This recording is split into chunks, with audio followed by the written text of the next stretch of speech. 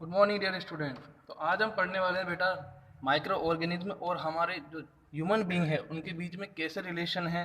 तो micro organism play an important role in our lifes as well as in the environment. यानी जो micro organism होते हैं वो हमारी लाइफ्स के अलावा अलावा हमारे एनवायरनमेंट में भी इम्पोर्टेंट रोल प्ले करते हैं। Some of them are beneficial in many veg.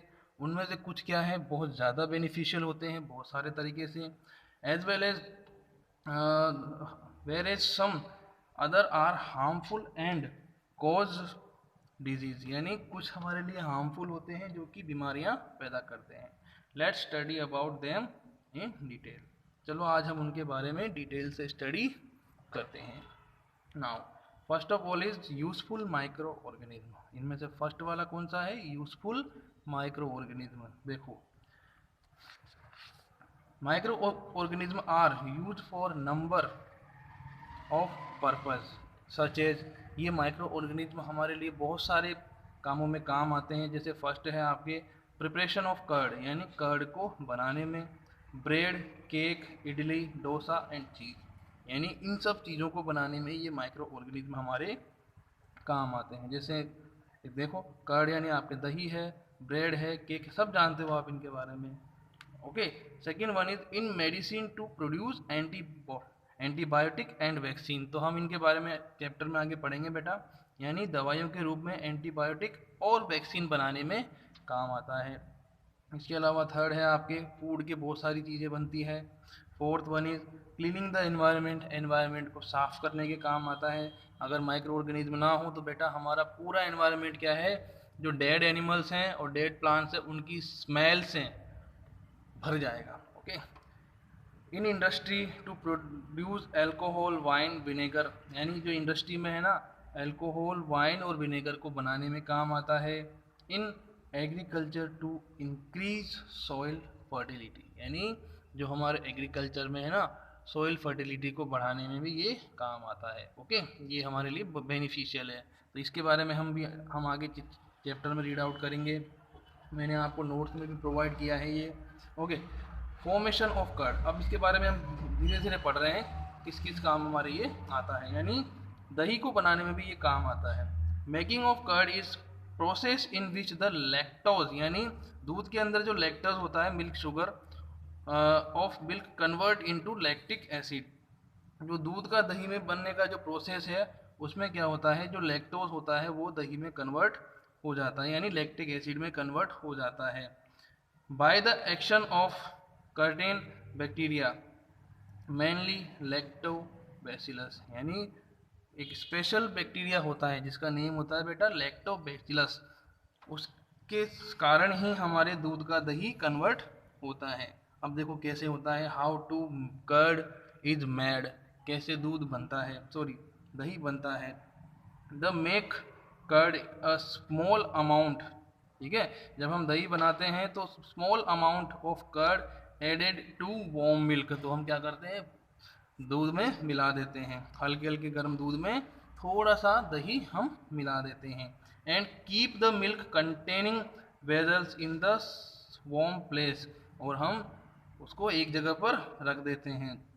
The curd in fact containing some bacteria. जो हमने थोड़ा सा दही मिलाया था उसके अंदर क्या है, कुछ बैक्टीरियाज होते हैं। ठीक है, कौन से वाले?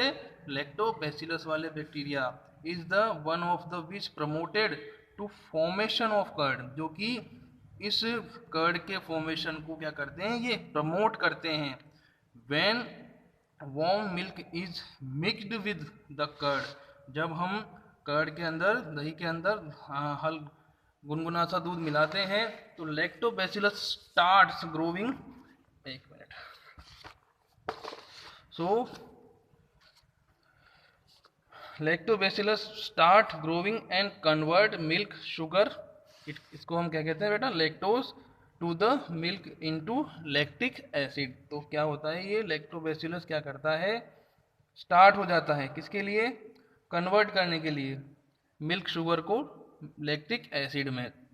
This in turn begin to make the milk thicker. और इससे क्या होता है, आपका जो दही दूध है वो जब दही में कन्वर्ट होता है तो थोड़ा मोटा मोटा सा हो जाता है, थोड़ा सा टिकर हो जाता है। फाइनली कर्ड इज मेड, और पानी उसमें से अलग हो जाता है। Only the curd is made, sorry once the curd is made, एक बार जब आपने दही को बना लिया, it is transfer to cooler place, तो हमें क्या करना पड़ता है, इसको ठंडे स्थान पर लेके जाना पड़ता है। This is done in order to reduce further growth of bacteria, तो ये हम इसलिए करते हैं ताकि जो वो बैक्टीरिया है वो और ज़्यादा ग्रो नहीं करे। Otherwise the bacteria would make its sour by excessive production of lactic acid, तो अगर ये प्रोसेस लगातार होता रहेगा तो ये क्या हो जाता है, दूध, ये आपका दही क्या होता है, बहुत ज़्यादा खट्टा हो जाता है और खाने लायक नहीं होता। तभी तो आपने देखा होगा जो पुराना दही होता है या पुरानी छाछ होती है वो टेस्ट में अच्छी नहीं लगती है। ओके, अब देखो हम बात करते हैं इंक्रीजिंग सॉइल फर्टिलिटी, यानी ये सॉइल फर्टिलिटी को कैसे बढ़ाता है। Okay, now all plant and animal need nitrogen, जितने भी प्लांट और एनिमल है उनको नाइट्रोजन की नीड होती है। The gas that make up 78% of air, यानी जो हमारे एयर के अंदर 78% के पार्ट में जो नाइट्रोजन है उसकी सबको रिक्वायरमेंट होती है। But some bacteria and blue green algae are only the organism that can nitrogen they can take nitrogen from air, यानी जो आपके कुछ बैक्टीरिया और ब्लू एल्गी ही होते हैं जो नाइट्रोजन से को डायरेक्टली एयर से ले पाते हैं। These microbes called biological nitrogen fixer, इसे हम क्या कहते हैं बेटा, बायोलॉजिकल नाइट्रोजन फिक्सर कहते हैं इन माइक्रो बैक्टीरिया को। ओके, तो अब हम बात करते हैं कन्वर्ट द एलिमेंटल नाइट्रोजन, ये क्या करते हैं, जो आपके नाइट्रोजन होती है उसको एब्जॉर्ब करके नाइट्रोजन के कंपाउंड में चेंज कर देती है। Okay, which can be absorb by the plant root from the soil, और ये क्या होते हैं जो हमारे प्लांट की सॉइल जो रूट होती है उसके थ्रू प्लांट में एब्जॉर्ब हो जाते हैं और वहाँ पे स्टोर हो जाते हैं। इन द मैनर, अब हम आगे बात करें, soil is the enriched with nitrogen compound and it's fertility is increase, तो इससे क्या होती है, जो हमारी अर्थ होती है उसका जो क्या है, जो फर्टिलिटी है उसके अंदर नाइट्रोजन की वैल्यू बढ़ जाती है और वो ज़्यादा से ज़्यादा फर्टाइल हो जाती है। ओके, नाउ हम आगे पढ़ते हैं नाइट्रोजन फिक्सेशन। अब बेटा नाइट्रोजन फिक्सेशन क्या है, देखो हम बात करते हैं what is the nitrogen fixation.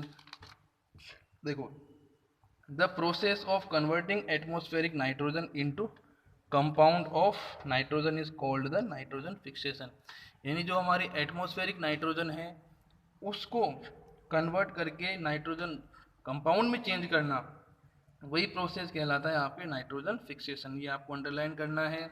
Some plant have nodes some plants have noodles in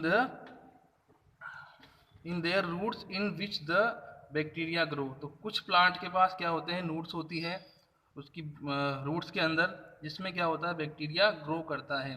they convert the nitrogen of air into compound of nitrogen such as nitrate which are useful for the growth of plant, तो ये क्या करते हैं, nitrogen को convert करके nitrogen के compound में change कर देते हैं जो कि नाइट्रेट कहलाते हैं, जो कि हमारे लिए, जो हमारी प्लांट की ग्रोथ के लिए बहुत ज़्यादा रिक्वायर्ड होते हैं।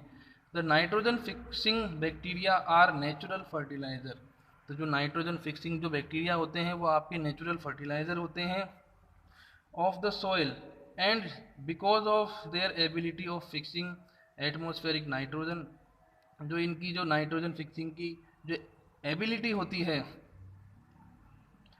The leguminous plant are called the commonly use for the crop rotation, जो ये लिग्निनस प्लांट, देखो बेटा जिन प्लांट में ये वाला प्रोसेस होता है नाइट्रोजन फिक्सेशन का उसे हम कहते हैं बेटा लिग्निनस प्लांट। ओके, और इन प्लांट को हम कॉमनली यूज किसके लिए करते हैं, क्रॉप रोटेशन के लिए। जब भी हम लिग्निनस प्लांट को ग्रो करते हैं हमारे फील्ड में, तो हमारे फील्ड की फर्टिलिटी बहुत ज़्यादा बढ़ जाती है। तो ये मोस्टली कौन से प्लांट होते हैं? ग्रेम, जैसे आप चने देखते हो, जितनी भी दालें हैं, ये सब क्या हैं? आपके ल्यूमिनस प्लांट होते हैं। Okay, the bacterium. अब एक बैक्टीरिया होता है बेटा राइजोबियम। राइजोबियम नाम का एक बैक्टीरिया होता है आपके वहाँ पे प्लांट के रूट्स के अंदर। Leaves in the roots of nodules, जो उसकी रूट्स की जो नूडल्स होती हैं, उसके अंदर राइजोबियम नाम का एक बैक्टीरिया रहता है। This relationship between the roots of plants such peas and beans and the bacteria is symbiotic ones। यानी जो ये क्या होता है आपकी कुछ प्लांट में, जैसे एक तो पीज हैं, एक बीन्स हैं, कुछ दालें हैं, कुछ ठीक है, इनके अंदर ये रहता है। ओके, अब हम बात करते हैं, अब हम नेक्स्ट वीडियो में पढ़ेंगे बेटा क्या? Production of alcohol and vinegar and wine. Okay, thank you.